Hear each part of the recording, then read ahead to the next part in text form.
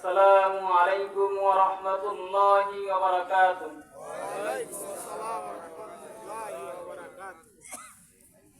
নেত্রকোনা জেলার মতন সালামের উত্তর হয় নাই, হয় নাই। আমি দক্ষিণবঙ্গের বাগেরহাট জেলা শেষ থানা থেকে আসছি, আর আপনাদের উত্তরবঙ্গের শেষ জেলা। আবারও সালাম দেব, উচ্চ কণ্ঠে ইমানের আওয়াজে সালামের উত্তর চাই, পারবেন ইনশাআল্লাহ? আসসালামু আলাইকুম ওয়া রাহমাতুল্লাহি ওয়া বারাকাতুহু।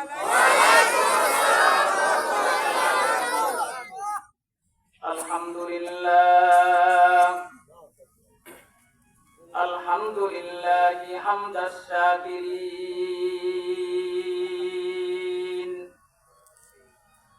ওয়া নু'মিনু বিহি ঈমানাল মুকিনিন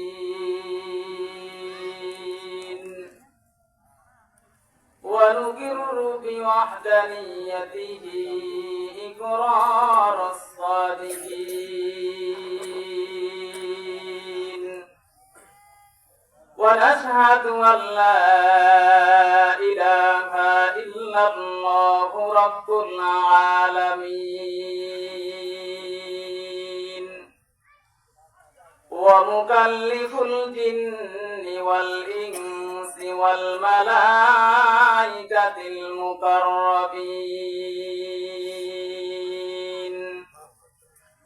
أن يعبده عبادة المخلصين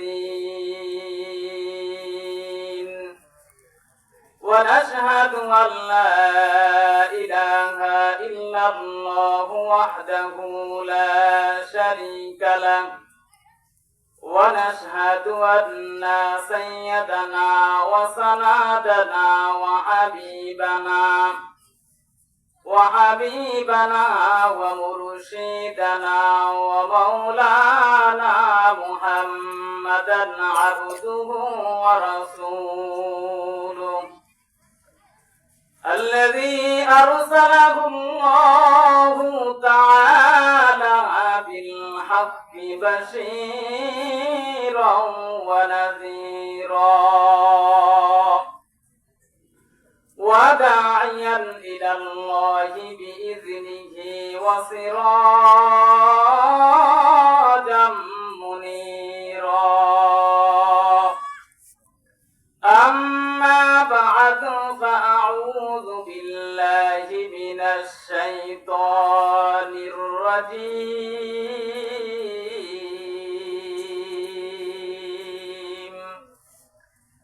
بسم الله الرحمن الرحيم.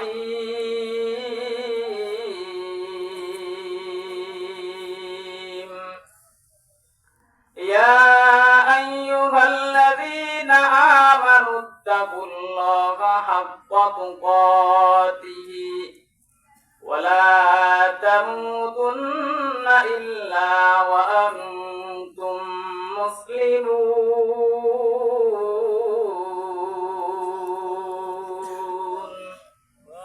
وقال تعالى أينما تكونوا يدرككم الموت ولو كنتم في بروج مشيدة.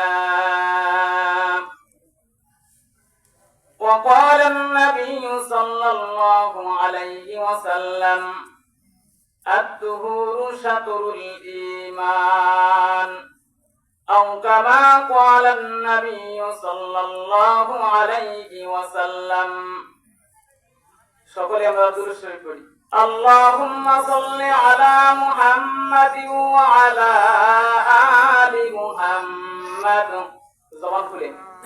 كما صليت على إبراهيم وعلى آل إبراهيم إنك حميد مجيد.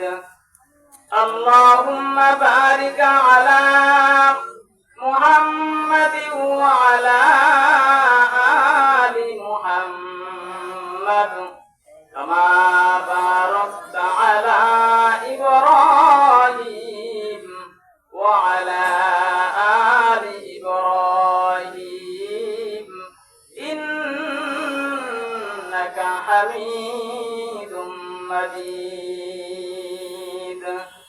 بلغ العلا بكماله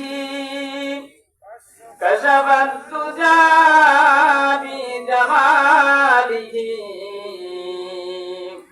حسنت جميع خصاله صلوا عليه وآله فاقه गिरते वतन से सिरे दामन तेरा तो यूसुफ है के हर मिस्रे हर कनान तेरा बलगल उला बिकमालिही हसनत जमीउ खिसालिही सल्लु अलैहि व आलिही यही हम सब मुसाफिर हैं वही आखिर ठिकाना कोई आगे रवाना है कोई भी से रवाना बलगल उला बिकमालिही كشف الدجى بجماله حسنت جميع خصاله صلوا عليه وآله لا إله إلا الله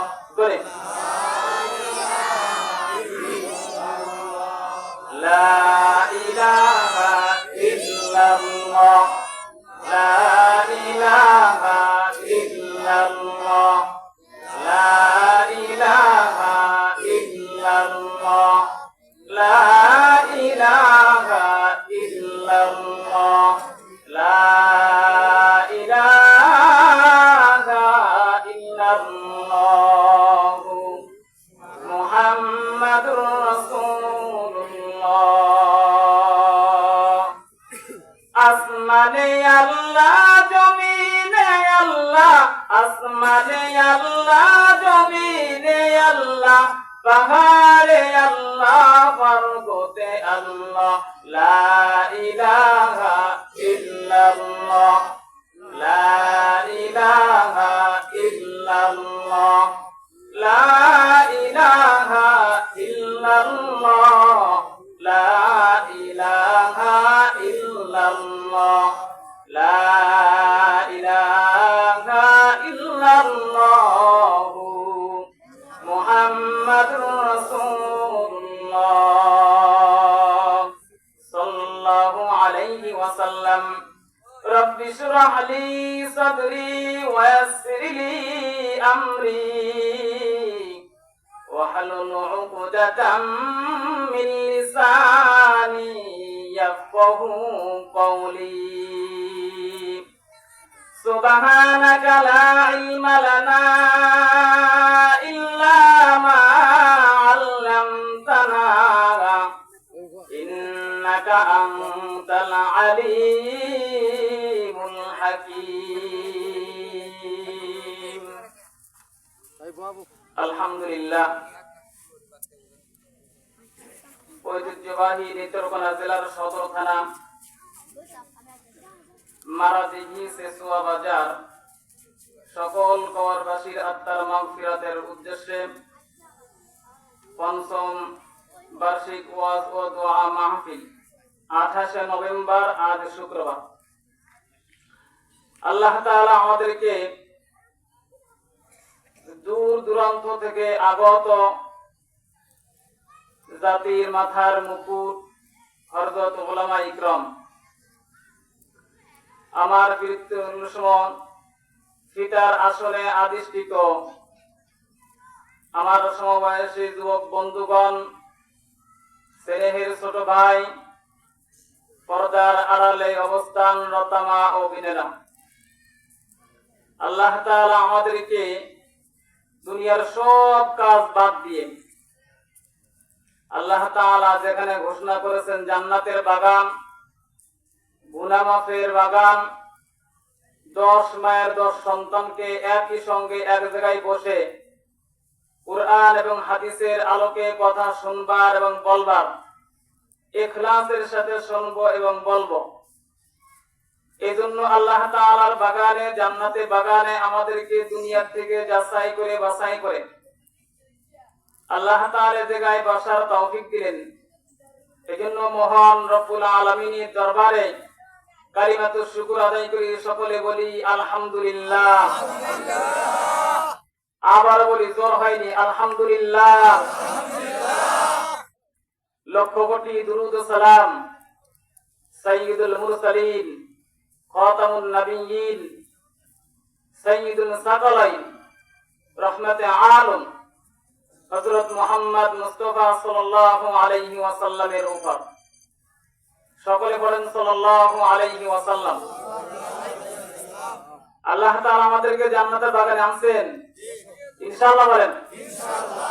আওয়াজ করে দিতে হবে, কিন্তু নেত্রকোনার মানুষ আস্তে কথা বললে হবে না, হবে না, কথা ধরে বলতে হবে। যেহেতু শ্রীগাল ফলাই গেছে, গেছে না, এখন আমরা সবাই সিংহ, সিংহের মতো কথা বলতে হবে। মুসলমানের আওয়াজ আল্লাহু আকবার। আল্লাহ রাসূল বলেন আল্লাহু আকবার, জোরে বলা সুন্নাত। আল্লাহু আকবার বলেন, আল্লাহু আকবার। হাত উঁচু করেন সবাই, আল্লাহু আকবার বলেন, নারায়ে তাকবীর, আল্লাহু আকবার। হাত নামা দেন, আল্লাহু আকবার নামা। এই যে হাত উঠানোর আমার দিকে যেমন ছিলেন, নামাজ পড়ার জানামাজ দোয়া করেন না অনেকেই, ইন্নী ওয়াজহাতু ওয়াজহিয়া লিল্লাযী ফাতারাস সামাওয়াতি ওয়াল আরদা হানিফাও ওয়া মা আনা মিনাল মুশরিকিন। তার মানে মুতাওয়াজ্জিহ আল্লাহর দিকে, তার মানে মুতাওয়াজ্জিহ হুজুরের দিকে। ঠিক আছে তো? অন্য কোনো দিকে আওয়াজ নাই, ইনশাআল্লাহ বলেন ইনশাআল্লাহ। আপনাদের সম্মুখে কুরআন শরীফের ভিতরে 114 সূরা আছে। 114 সূরার ভিতরে 3 নম্বর সূরার 101 নম্বর আয়াত তেলাওয়াত করছি, এবং সূরা নিসার 4 নম্বর সূরার 77 নম্বর আয়াত তেলাওয়াত করছি। রাসূলের অসংখ্য অগণিত হাদিস থেকে এক টুকরা আয়াত হাদিস তেলাওয়াত করছি। এর উপরে মুরব্বিদের জবান থেকে নকল করে করে কথা আমাকে ইখলাসের সঙ্গে বলবার, আমাকে সর্বোপরি আমল করবার। আপনারা যারা শুনছেন আপনাদেরকেও ইখলাসের সঙ্গে আমলের নিয়তে শ্রবণ করার তৌফিক দান করুন। সকলে বলেন আল্লাহুম্মা আমিন। আল্লাহুম্মা আমিন। জোরে বলুন আল্লাহ, আল্লাহুম্মা আমিন। আওয়াজ করে দিতে হবে, কিন্তু মনে আছে তো? দেখেন, হুজুর অনেক সময় ধরে ওয়াজ নসিহত করছে, প্রায় আধা ঘন্টা। হুজুরের কথা আমারে ভালো লাগে, আলহামদুলিল্লাহ। হুজুরের নেক হাত বৃদ্ধি করে দিক, আমিন বলেন আমিন। এমন লোক এলাকায় থাকা দরকার আছে, যখন চলে যাবে তখন বুঝবেন হারাইছে কি। হুজুরের সুস্থতার কামনা করি। আল্লাহ তাআলা এই জান্নাতের বাগান আমাদের বসাইছেন। এর আগে একটা ছোট একটা গল্প বলি। আমাদের অঞ্চলে আগে আমি যখন ছোট ছিলাম, 2000 সালের কথা মনে করেন, তখন আমাদের দিক ধান হতো, আপনাদের দিক যেমন হইতেছে। রাগ হইতেছে? এই ধানের যে কুটো, আমরা ওই নিচের যারা আপনারা নাড়া বলেন, খেয়ার, আমরা কুটা বলি। শীতের মৌসুমে আসলে তালার থেকে টাইনে টাইনা বের করে আগুন দিয়ে জ্বালায়, চতুর্পাশে লোকে বসলে আগুন পথ বলে, তাপ নিতাম, নিয়ে গরম নিতাম। এখন মনে করেন এখানে মাঠের ভিতরে আগুন জ্বালাইতে হুজুর, অথবা রবিউল ভাই জ্বালাইছে, মাদ্রাসার প্রতিষ্ঠাতা সালাম দিন, আগুন জ্বালাইছে। আগুন জ্বালাইছেন আজকে? আগুন জ্বালাইছে আজকে, জ্বালাইছে মাঠের ভিতরে আগুন। খাত্তার দোকান আছে না এই জায়গা আছে? এই দোকানের লোকজন আছে না? চায়ের দোকানের লোক আছে না? নাই? আপনাদের এখানে থাকা মনে হয়, আমাদের এখানে থাকে, কিন্তু থাকে। এখন মনে করেন আগুন জ্বালাইছে হুজুর, আগুন জ্বালাইছে দেখেন, শীত, প্রচন্ড শীত। এখন আপনার যদি শীত থেকে বাঁচতে হয়, গাটা শরীরটা গরম করতে হয়, তাহলে আগুনের কাছে আসা লাগবে কি লাগবে না? লাগবে। না ওই দূরে দাঁড়ালে ওই জায়গা থেকে তাপ নিলে হবে? আপনি আগুনের 100 হাত দূরে দাঁড়ালেন, আগুন দেখা যাইতেছে, আপনার কি শরীর তাপ হবে? না। এই জান্নাতের বাগান এমন একটা বাগান, আপনি ভাবতেছেন কি হুজুর বয়ান করবেন তো শোনা মোনা বাড়ি থেকে শুয়ে পড়ে শোনার হচ্ছে। এখন আমি তো ঘুম আছি না, আমি সজাগ আছি, আমি জায়গায় জায়গা শুনি, মাঠে যাওয়ার দরকার নাই। ওই যে ব্যক্তি আগুন জ্বালাইলো 100 হাত দূরে যদি তাপ পাই, তাহলে আওয়াজ শুই না ও কি করে কি পাবে? কোনো কি পাবে না। আল্লাহ রাসূল বলেন, এই যে আপনারা তাপ লিখে আছে এই জায়গা থেকে যায় আমাদের অঞ্চল থেকে, এটা মুবাল্লিগ থেকে, মুবাল্লিগ ইসলাম যাকে বলা হয়। এই যে আগুন যখন জ্বালাইতেছেন এই জায়গায়, আপনি নিজে নিজে আগুন পাইতেছেন, তাপ নিচ্ছেন, আপনার শরীর গরম হচ্ছে, আপনার ফায়দা হচ্ছে, আর একজন 100 হাত দূরে দাঁড়ান ওর ফায়দা হইতেছে না। তেমনি জান্নাতের বাগান এই জায়গায় এখন হইছে, কালকে থেকে পাবেন না, কিন্তু হাজার চেষ্টা করেও জান্নাতের বাগান পাবেন না। রাসূল বলেন, আবু হুরায়রা হাইটে যাইতেছে রাসূলের মসজিদে, মদিনার মসজিদে হাদিসের দার্স হইতেছে, বলতেছে কি আল্লাহ রাসূলের মিরাজ, তার মানে বন্টন হইতেছে, জমি জমার বন্টন যাকে বলা হয়। রাসূলের জমি জমা নাই, বসে জানো জায়গায় কই ওই তো ওই জায়গায় তো কয়েকজন সাহাবীরা কথা বলতেছে দিনের কথা, ওই জায়গায় বর্ষক জীবনের গুনাহ মাফ করে দিবে। দূর দূরান্ত থেকে যারা আছেন বাইরে, বাড়ি শুয়ে থাকেন আর মাঠে থাকেন, ঘাটে থাকেন, সবাই মজলিসের ভিতরে চলে আসেন। আল্লাহ তাআলা কি ফায়দা দিবেন? মজলিসের ভিতর ঢোকা মাত্রই আল্লাহ তাআলা বলবে যে ফেরেশতারা কে ডাকছে এদেরকে বসার জন্য? এই জায়গায় কেউ ডাকছে? কয় না। কেন আসছে? কোরআন হাদিসের কথা বলার শোনার জন্য আসছে। তাহলে ফেরেশতারা সাক্ষী থাক, এর ভিতরে ঢোকা মাত্রই জীবনের সব গুনাহ মাফ করে দিলাম। সুবহানাল্লাহ বলেন। আল্লাহ তাআলা বলতেছেন, তাহলে আমরা যারা বাইরে আছি ভিতর ঢোকা দরকার না? সবার ঢোকার দরকার। বাইরে যারা আছেন ভিতর ঢুকে পড়েন, প্রধান অতিথি চলে আসবেন, কথা বলবেন। আমরা যখন প্রথমে বলছি শুকরিয়া আদায় করা দরকার, এটা আল্লাহ তাআলার অনেক বড় নিয়ামত। শুকরগুজার বান্দার জন্য আল্লাহ তাআলার অনেক বড় নিয়ামত, আমাদেরকে থেকে বসার সুযোগ করে দিয়েছেন। আল্লাহ তাআলার হাজারো কোটি শুকরিয়া আদায় করে নিয়ামতের শুকরিয়া আদায় শেষ করা যাবে না। আমাদেরকে আযাব দেয় না, গজব দেয় না, তার কারণ মুহাম্মদ রাসূলুল্লাহ সাল্লাল্লাহু আলাইহি ওয়াসাল্লামের উম্মতের কারণে। কিসের কারণে? আমি যখন মুহাম্মদ রাসূলুর নাম বলবো সাল্লাল্লাহু আলাইহি ওয়াসাল্লাম জোরে বলবেন, পারবেন তো? সাল্লাল্লাহু আলাইহি ওয়াসাল্লাম জোরে বলবেন। হাদিসের রাওয়ায়াত, হযরত মুসা আলাইহিস সালাতু ওয়াস সালাম যখন আল্লাহ তাআলার কথা মনে পড়তেন, যেমন আমার আপনার কথা হঠাৎ করে যদি মনে পড়ে, যদি বাগের আর থাকে রেতের করে ফোন দেওয়া যায়, ফোন দিয়ে একটু ভাইদের সঙ্গে কথা বলি, এমনই হঠাৎ করে তার মনে পড়ছে, যাইতেছে মশহুর হাদিসের রাওয়ায়াত, যাইতেছে প্রতিমধ্যে একজনের সঙ্গে দেখা হয়ে গেছে যার হাতও নাই পাও নাই, শুধু গোশতের টুকরা দেহ পড়ে আছে। হযরত মুসা আলাইহিস সালাম কে বললেন, ওগো কালিম, ও পয়গম্বর, আপনি কই যাইতেছেন? কই যাইতেছেন আমাকে বলুন। হাত নাই পা নাই এমন দেহের একজন মানুষ কালিমকে বলতেছো, কালিম তুমি কই যাও? মুসা কালিমুল্লাহ বলতেছে, আমি আমার মালিকের সঙ্গে কথা বলতে যাইতেছি।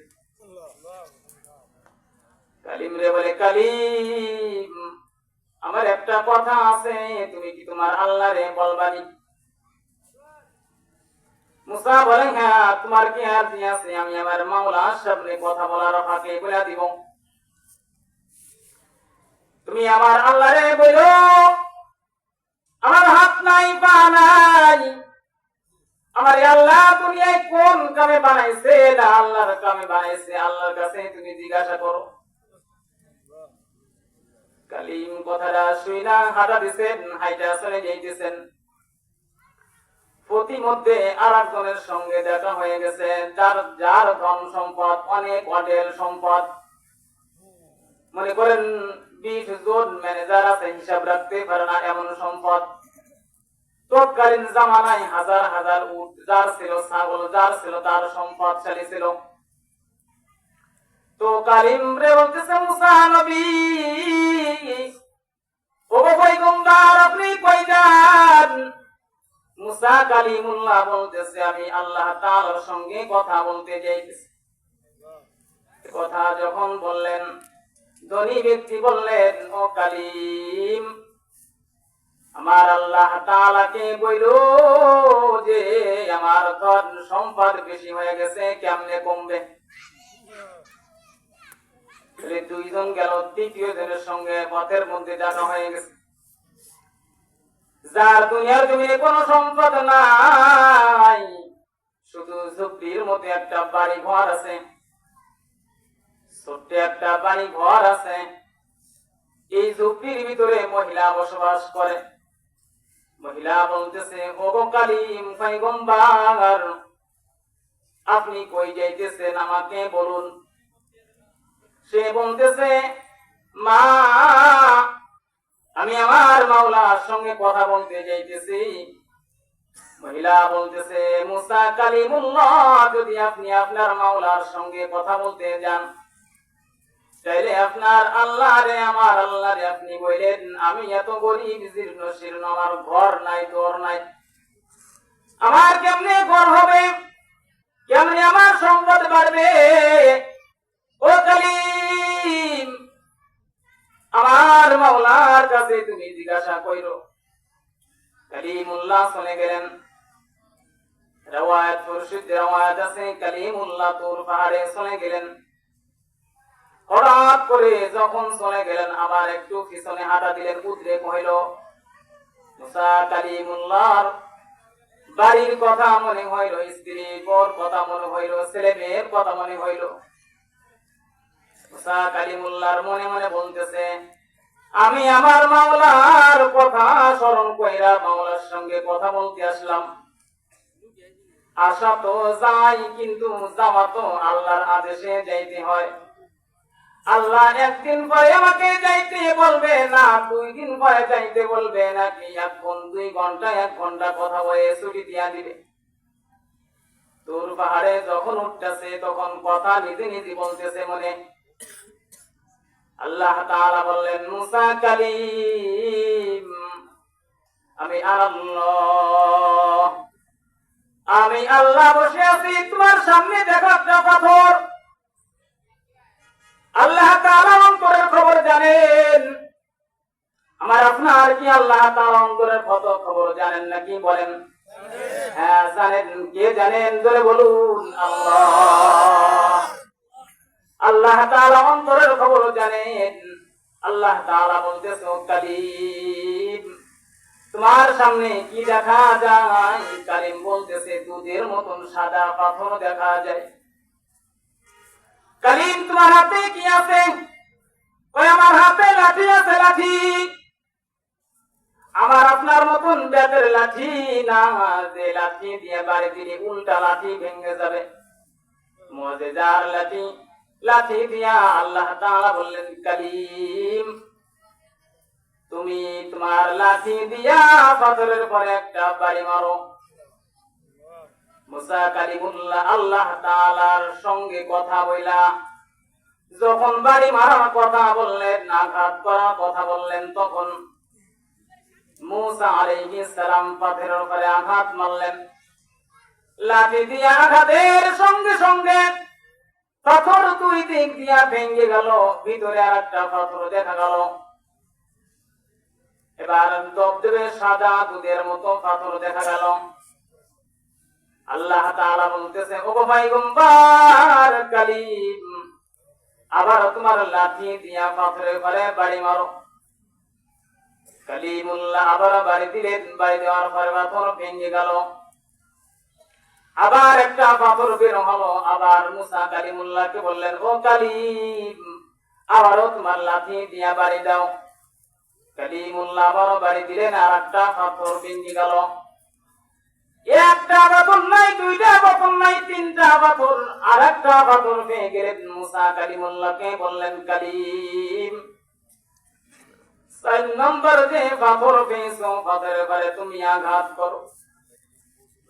মুসা আলাইহিস সালাম আঘাত করলেন, আঘাত করে দেখলেন পাথর ভেঙে গেল। এই পাথরের ভিতরে ছোট্ট একটা বসত বাড়ি পাইলেন, বাড়ি। এই বাড়ির ভিতরে একটা পিপীলিকা বসবাস করে। এই পিপীলিকা বসবাস করতেছে, জীবিত অবস্থায় আছে।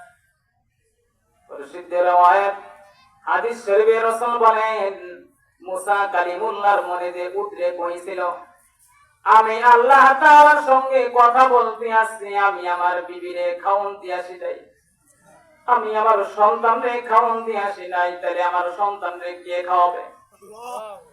একটার ভিতরে পাথর আর একটার ভিতরে পাথর, তার মানে পাথরের ব্যাটের ভিতরে পাথর, পাথরের ব্যাটের ভিতরে পাথর।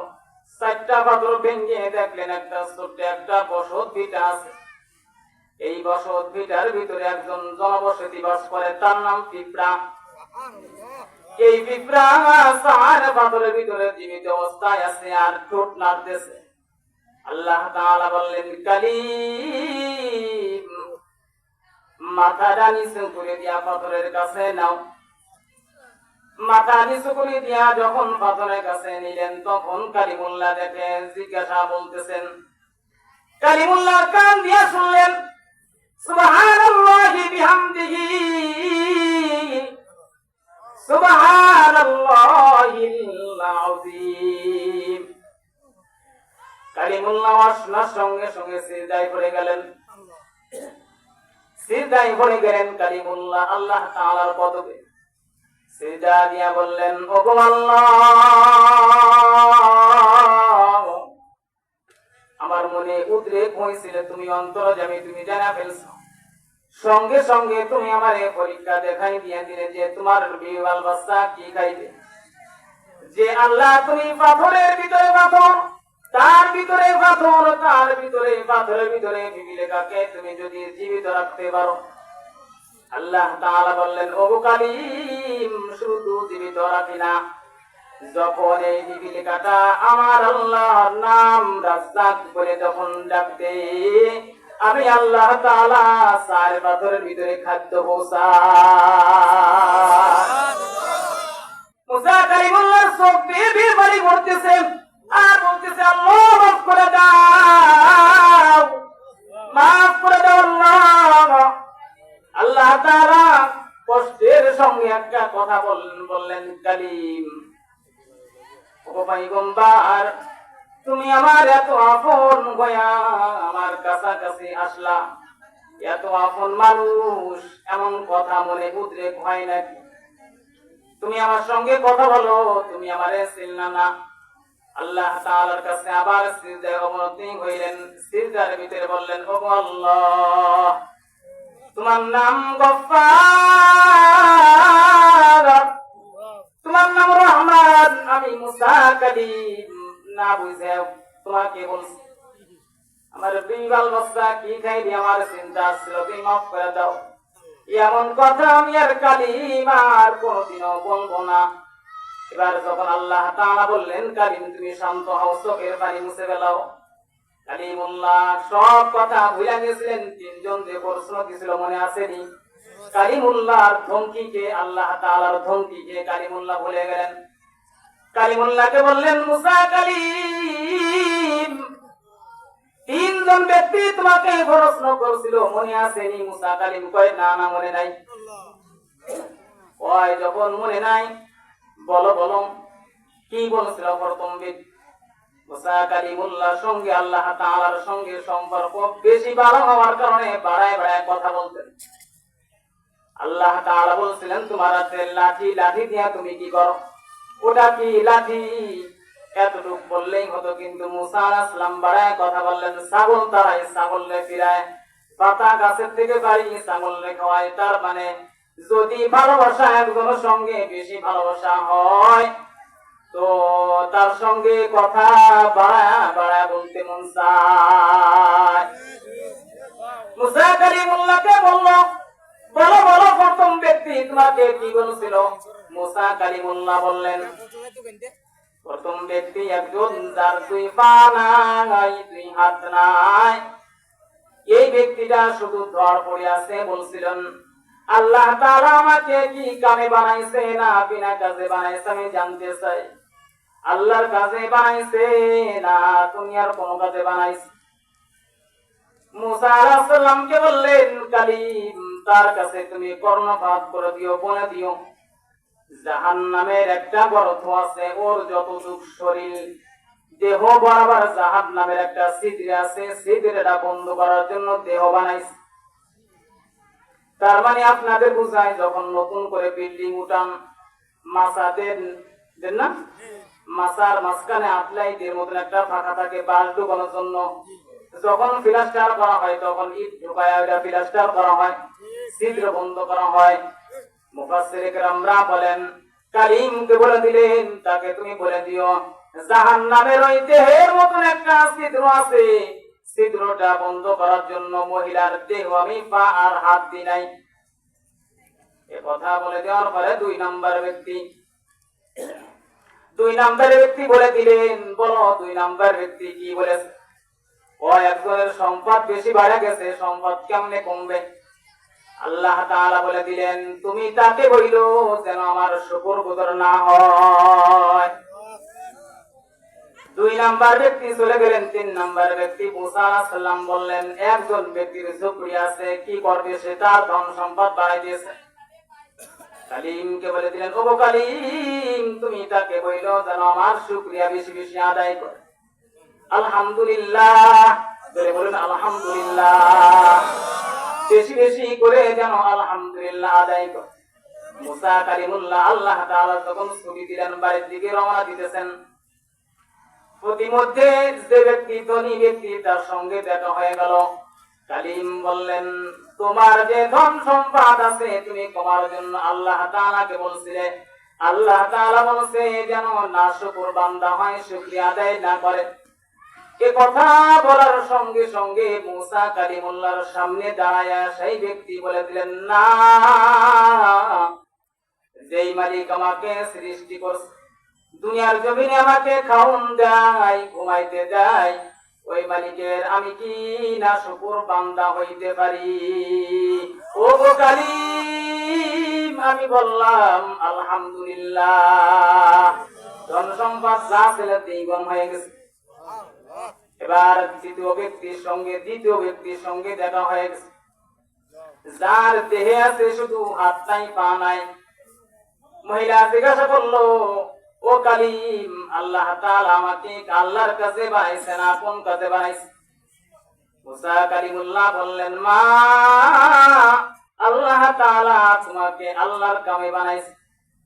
মুসা কালিমুল্লাহ বললেন, জাহান্নামের একটা ছিদ্র আছে, এই ছিদ্রে বরাবর তোমার দেহ বানাইছে আল্লাহ তাআলা। জাহান্নাম যখন জ্বালাইবেন দুনিয়া শেষ হয়ে যাবে, তোমার এই ছিদ্র দিয়া জাহান্নামের ফুটো বন্ধ করবেন।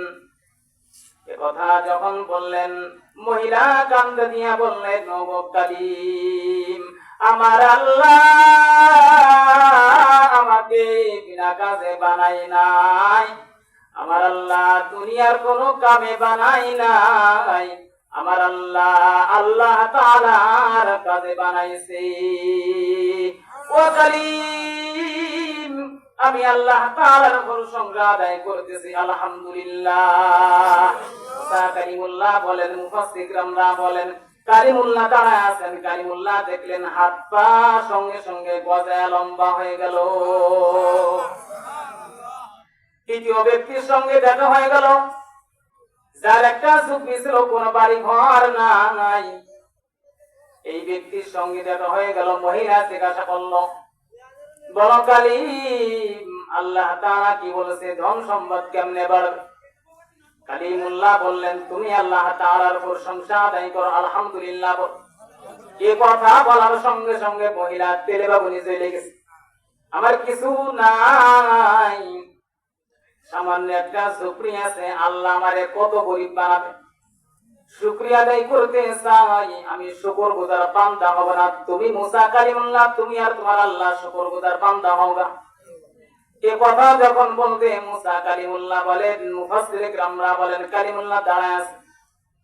একটা আগুন আইসা ঝুপড়ির ভিতরে পড়লো, ঝুপড়ি হঠাৎ করে ছাই হয়ে গেল, আগুনে জ্বলা পড়া। এজন্য আমি বলবো ভাই রে,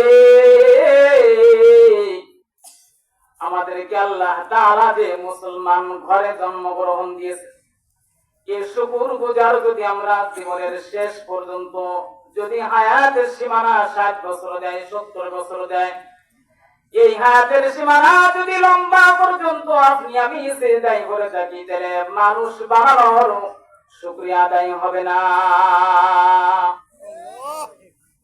আল্লাহ তাআলা বলতেছেন সূরা আলে ইমরানের 101 নম্বর আয়াতে আল্লাহ তাআলা বলতেছেন, ইয়া আইয়ুহাল্লাযীনা আমানুত্তাকুল্লাহ হাক্কা তুকাতিহি ওয়া লা তামুতুন্না ইল্লা ওয়া আনতুম মুসলিমুন।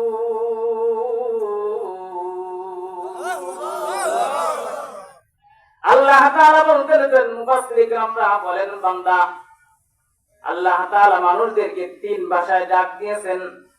এক নাম্বার হলো যেমন সূরার ভিতরে আছে ইয়া আইয়ুহাল মুদ্দাসসির, ইয়া আইয়ুহাল মুযাম্মিল, যেমন নবীদেরকে ডাকছেন ও কম্বলওয়ালা উঠে যাও। আর এক নাম্বারে ডাকছেন ইয়া আইয়ুহান নাস,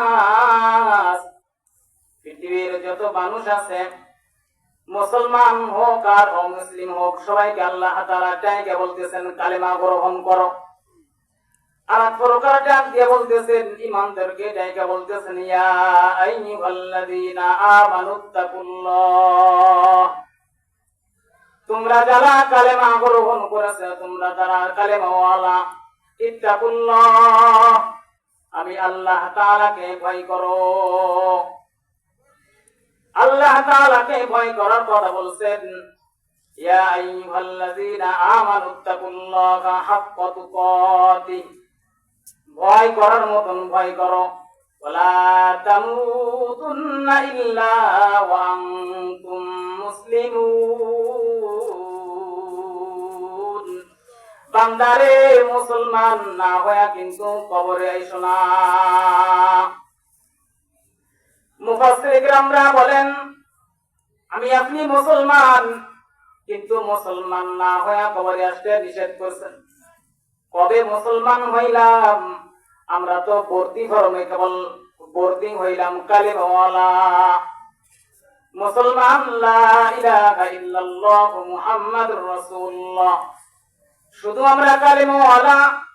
ইব্রাহিম মিল্লাত আবিকুম ইব্রাহিম ওয়া সাম্মাকুমুল মুসলিমিন, ইব্রাহিমের মুসলমান আমরা, মুসলমানি দিয়া দিছে, মুসলমানি হয়ে গেছে। কিন্তু মুসলমানি কাকে বলা হয়? মুসলমান কখন হবে? আল্লাহ তাআলা বলতেছেন মরে যাওয়ার আগে তুমি যেন মুসলমান হয়ে আমার কাছে আসো। আল্লাহ তাআলা বলতেছেন, কিন্তু আমাদের কখন মৃত্যু হবে কে জানে বলুন? নেত্রকোনার বাসী আপনারা কে জানেন বলুন? হাত জাগান যে আমি মৃত্যুর কথা জানি। তাহলে যখন জানেন না, তাহলে মৃত্যু কি আমাদের নিশ্চিত হবে? বলুন, মৃত্যু কি আমাদের নিশ্চিত হবে? কোন দিন হবে কেউ কি জানেন? না, তাহলে জানা নাই। তাহলে যখন মৃত্যুর কথা জানা নাই, তাহলে মৃত্যুর জন্য প্রস্তুতি হতে হবে। আল্লাহ তাআলা আয়াতের ভিতরে বলছেন, বান্দারা রে, মৃত্যুর জন্য তোমরা যখন প্রস্তুতি হও, তাহলে তোমরা কালেমাওয়ালা হয়ে গেলা। কবে মৃত্যু হবে আমাদের জানা নাই, কিন্তু নিশ্চিত মৃত্যু হবে আমাদের জানা। নিশ্চিত যখন মৃত্যু হবে তখন জানা। যদি আপনি ঘরের ভিতরে লুকান, আজরাইল যাইতে পারবে? পারবে না? বুঝলি কথাটা?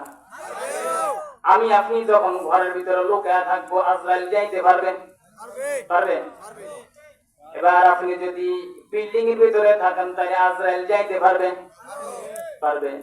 এবার আপনি যদি কাছের ভিতরে বানান, ঘর বানান কাছের ভিতরে, পিপিলিকাও যাইতে পারে না, তাহলে কি আজরাইল যাইতে পারবে? কি পারবে?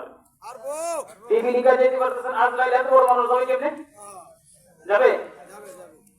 তাহলে যখন আপনাদের এত বড় বিশ্বাস আছে আজরাইল যাইতে পারবে, তাহলে মনে করবেন আমি কিন্তু এখন মুসলমান। মৃত্যু কোন দিন হবে জানা নাই, তাহলে মৃত্যুর জন্য আমাদের হরহর গুনতে হবে, সর্বদা সবসময় প্রস্তুতি থাকতে হবে মৃত্যুর জন্য। যদি আমি আপনি কাছের ভিতরে লুকাই, ঘর বানাই কাছের ভিতরে লুকানোর পরে যদি আজরাইল যাইতে পারে, মুফাসসির ইকরামরা আয়াতের ভাষা দিয়া তাফসীর গ্রহণ করেন। তাফসীরের ভিতরে লেখেন একজন ব্যক্তি কাছের ভিতরে লুকালো, আজরাইল গেল কি যাবে না? আজরাইল কাছের ভিতরে যাইতে পারে। তাহলে আজরাইল যখন কাছের ভিতরে যাইতে পারে, তাহলে মৃত্যুর জন্য প্রস্তুতি নিতে হবে।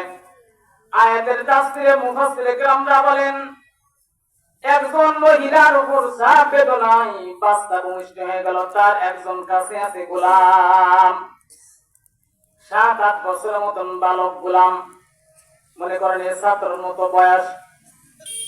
গোলাম তার বাড়িতে কাজ করে থাকে। যখন প্রসব বেদনায় বাচ্চা ভূমিষ্ঠ হবে, তখন বলতেছে গোলাম বাড়িতে তো আগুন নাই, তুমি একটু আগুন আনো। আগুন আর বানানোর জন্য যখন ঘর থেকে বের হয়েছে, আমার আপনার বাড়ি যখন ঘর থেকে বের হয়ে রাস্তা পাওয়া যায়, রাস্তায় যখন উঠছে হঠাৎ করে একজন বুজুর্গর সঙ্গে দেখা হয়ে গেছে।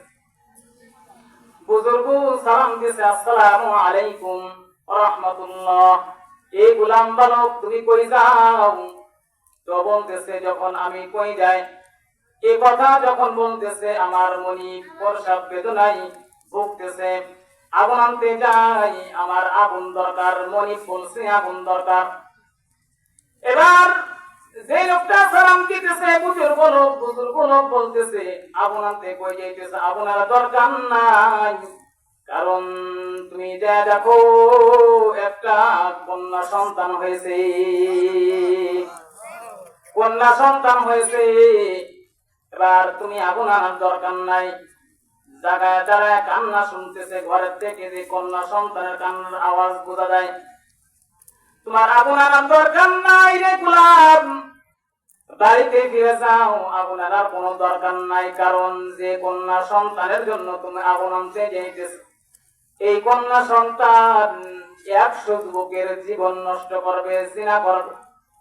নাউযুবিল্লাহ বলেন, আর বলুন নাউযুবিল্লাহ।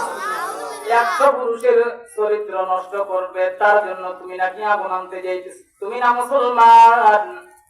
গোলাম বলতেছে হ্যাঁ আমি মুসলমান। তাহলে তো তারে মেরে ফেলবো, তারে এত বড় গুনাহের কাজ আমি দুনিয়ার জমিনে করতে দিব না, তাকে মেরে ফেলবো।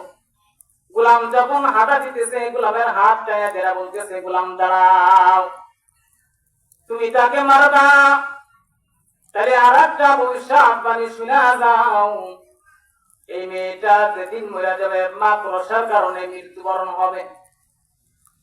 কথা যখন বললেন গোলাম তাড়াতাড়ি চলে গেলেন। রিওয়ায়াত 2 রকম, একটা রিওয়ায়াত গোলামের মাথায় চাকু ছিল সূরা, আর একটা রিওয়ায়াত হলো গোলাম যার বাড়িতে থাকতো, মহিলা যে জায়গায় শোয়া আছে প্রসব বেদনায় বাচ্চা ভূমিষ্ঠ করছে, মেয়ে কন্যা, ওই জায়গায় ফলের ছবি ছিল, ফলের চুলের ভিতরে সূরা ছিল। রিওয়ায়াত 2 এর ভিতরে আপনি একটা ধরেন, বাচ্চার কাছে বালকের কাছে ছুরি আছে, যে ছুরি দিয়া বাচ্চা পাশে শোয়া আছে, একটু আগে ভূমিষ্ঠ হয়েছে, রক্ত মাখা বাচ্চার পেট ফাড়া দিছে। যখন গোলাম পেট ফাড়া দিছে, তখন পেটের থেকে নারী বুড়ি বের হয়ে গেছে। কথা যখন বের হয়ে গেছে, কান্না করতেছে বাচ্চা। এবার মহিলা পাশ থেকে বেহুশ অবস্থায় চিৎকার দিয়ে বলতেছে হাই হাই আমার গোলাম আমার কন্যাকে মেরে ফেলতেছে, তোমরা কে?